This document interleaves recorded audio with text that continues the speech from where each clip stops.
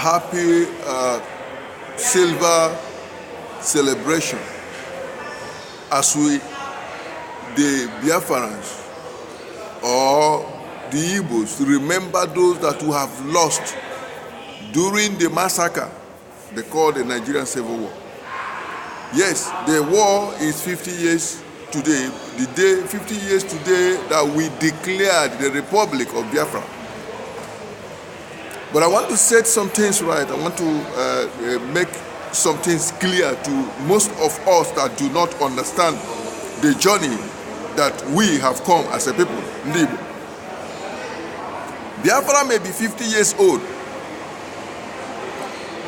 The memory of Biafra, the establishment of the institution Biafra, the declaration of the Republic Biafra may be 50 years old. But the Igbos are not 50 years old in that land.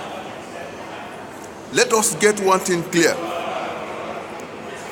We are the first people to settle in that area of the land, in that part of where you call Africa today, from the shores or the borders of Congo, which is Central Africa, to the borders of Senegal, which is the last part of West Africa. We were the first people with the Canaanites and the Jebusites. We were the first people to settle in that land. We've been there centuries before our brothers, the Yorubas, came. Before the Hausas, that is another story. They came out from part of us. Then all of a sudden came the so-called Fulanis who are now trying to claim the whole part of Nigeria. In fact, if you go back to, that is why at times there are some things we question. If you go back to the old map, the ancient map of Africa, you will see that between the place you call Nigeria today and Cameroon sat a very huge giant. And if you read the scripture very well, you remember that when they went to the promised land, there were giants there. And as a matter of fact, it is the only place in the historical maps of the world that you will see them draw with a giant sitting between the two places, between the two nations, where you call, in fact, let's put it where that we call Bakassi today, which is also the land that belongs to the Igbos.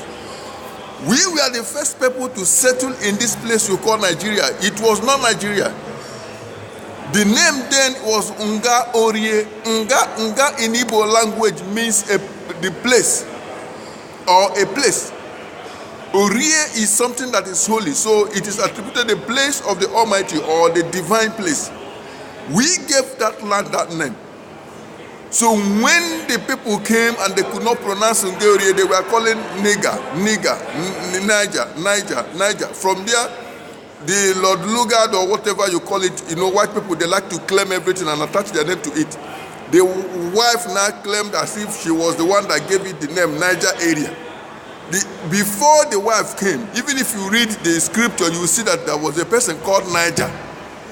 Niger was a name given to niggers just because of that Nga Orie. So they felt that it was the name of those who were dark.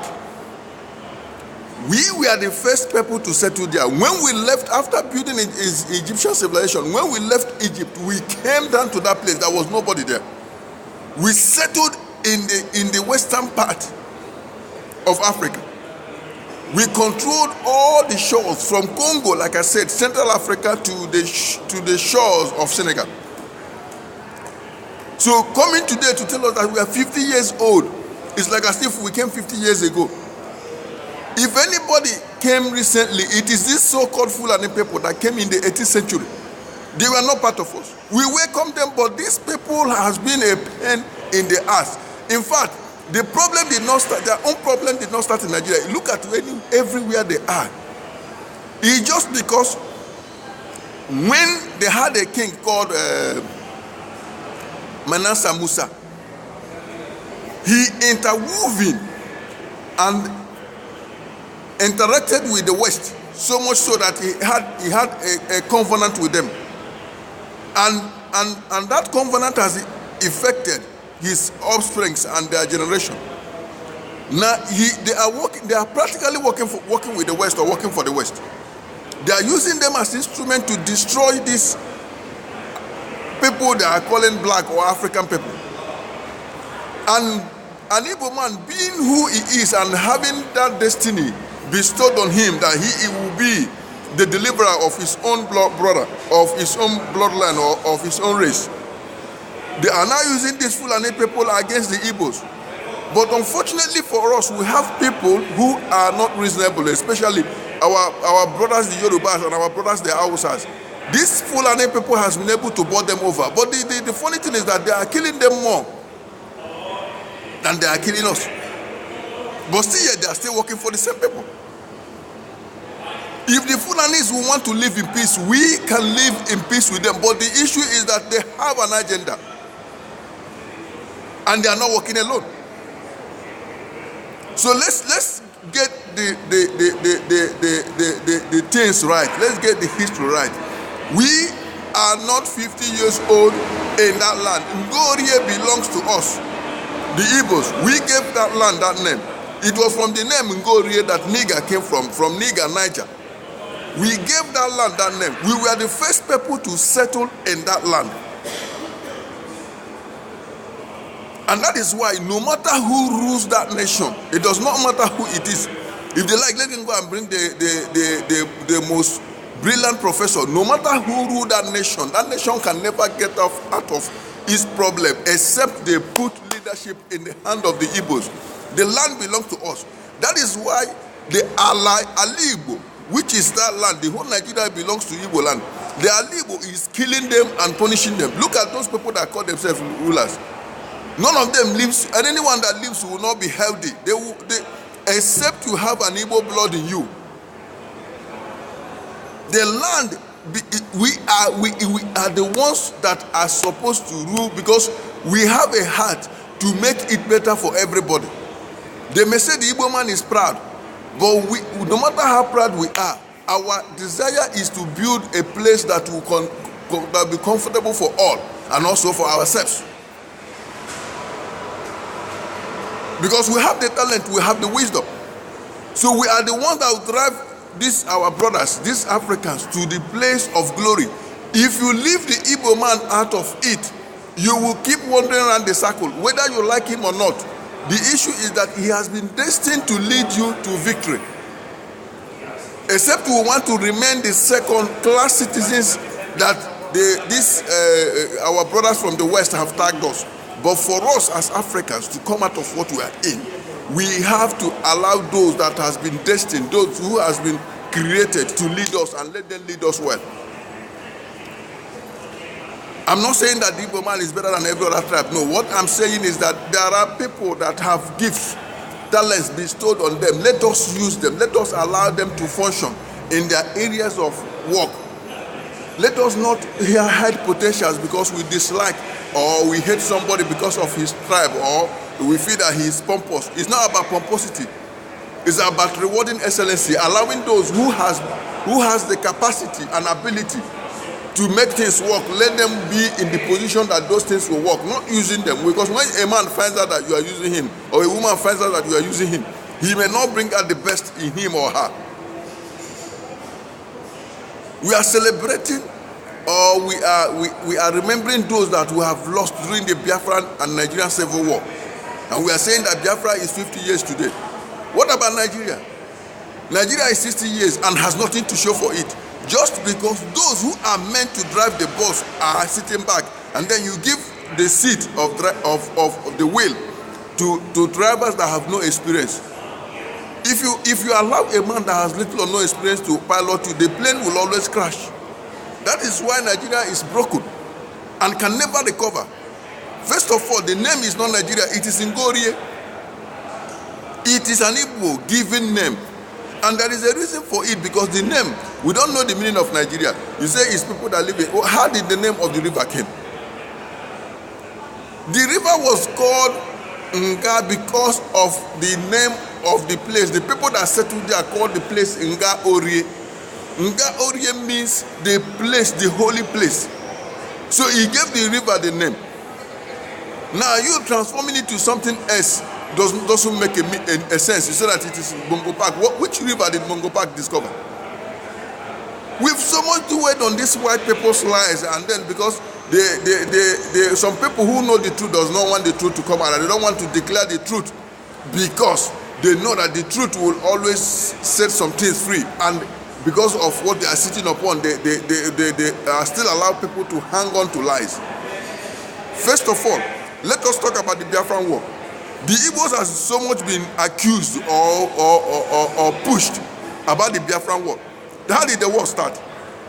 The 1966 coup was not an Igbo making coup. In fact, it was the greediness of Chief Awolowo that made him locate some boys who were not happy with the current political situation. He gathered them. Okay, majority of them we are from the Igbo side. Yeah, we know. But Awolowo was the one that sponsored the coup. Abafemi Awolowo was the one that sponsored the coup. Okay, during the Biafran War, because when this coup happened, the Hausas, the Fulanis were able to impact it in the head of the Hausas that it was the Igbo-driven coup. And the Igbos were targeting their leaders. They said, we kill their leaders. So they began to slaughter Igbos. Ojukwu, being who he is, have seen that his people are being slaughtered for nothing because he knew the genesis of the coup. It was not the Igbo-driven coup. The officers who were there were Igbos, but it was Awolowo-sponsored coup. So automatically it was Yoruba-driven coup. But they used the Igbos because the Yoruba, being who he is, Yoruba man, being who he is, will always hide behind and allow you to take the fall. So Ojukwu had to react. Because if he had kept quiet, our people would keep dying. And whenever there is a riot, the Hausas, they resort to killing us. Why? If they don't kill us because of the religion our people have embraced, which is Christianity, and I don't even know why. They will kill us because of jealousy. Because I listened to Tafawa Balewa, some speech he made even before that coup. He was saying that he preferred to hire a white person for a work than to give an Igbo man the opportunity, even if the Igbo man knows the work. So the thing is not about what we have done, it's just about pure hatred, jealousy. So you understand that this is the mind, the average mind of a Fulani man, of an average Hausa person. I have nothing against the Hausas, but the Fulani Hausas have hatred for the Igbos. That is what I'm trying to stress. So the coup was not driven by the Igbos. Now saying it's an Igbo coup, they say we've killed their leaders. Who sponsored the coup? It was Awolowo. So when the coup failed, they began to kill Igbos. Igbos had to react. That was when they thought the birth of Biafra came in. Now we declared Biafra, we would have held our place. But just because Awolowo too, the same Awolowo, convinced Ojukwu to come and save the western part from the invasion of the north, then the Biafran troops have to move. And that was why they got to Ori. It has nothing to do with us. Everything that happened in that place was driven by the Yoruba's greed. Not even Yoruba. If I say Yoruba, it's like I'm trying to generalize it. By Awolowo's greed. This is a man that wanted to be president by all means. He wanted to rule by all means. So he doesn't care what it cost him. So, but now we have shifted the blame to Igbos, and now it is Igbos. Because the Fulanis, and I'm not saying the Hausas, the Fulanis have always had this hatred for Igbos because they know that it is only the Igbos that know what they know and that knows more than them. So the only way they can tackle us is to create enmity between us and these other tribes so that they will single us out and then use the tribes against us. So we are talking about Biafra being 50 years today. Biafra is 50 years today because the Igbos are survivors. We have been destined to survive. It does not matter what they do. Even after the war, they gave each person 20 pounds, and but still yet look at where we are today. Indigenous car producing companies are Igbos. Everything that is done in that nation, the economy is being driven by the same Igbos they gave 20 pounds. Don't you see that these people are blessed? No matter what you do, they are still who they are. That is why I keep saying it. I am proud, and I'm proud to say it, that I am an Igbo man. I'm proud to be Igbo. I don't know about you, but I'm proud to be Igbo. The Igbos are what they are. You can't change it.